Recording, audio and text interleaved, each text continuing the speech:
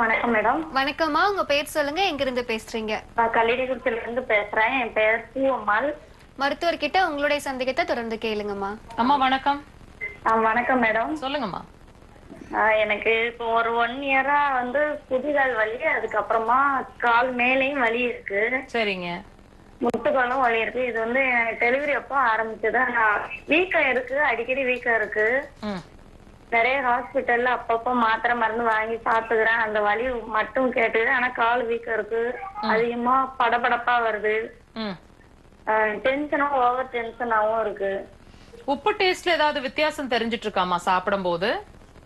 இல்ல, அப்படியெல்லாம் ஒண்ணும் தெரியல. இது வரைக்கும் நீங்க கவனிச்சிருக்க மாட்டீங்க. இப்ப நான் ஒரு விஷயம், இப்ப நான் அந்த விஷயம் சொல்லிட்டேன் இல்லையா? இனிமேல் கொண்டு இன்னையில இருந்தே அதை கவனிக்க ஆரம்பிங்க.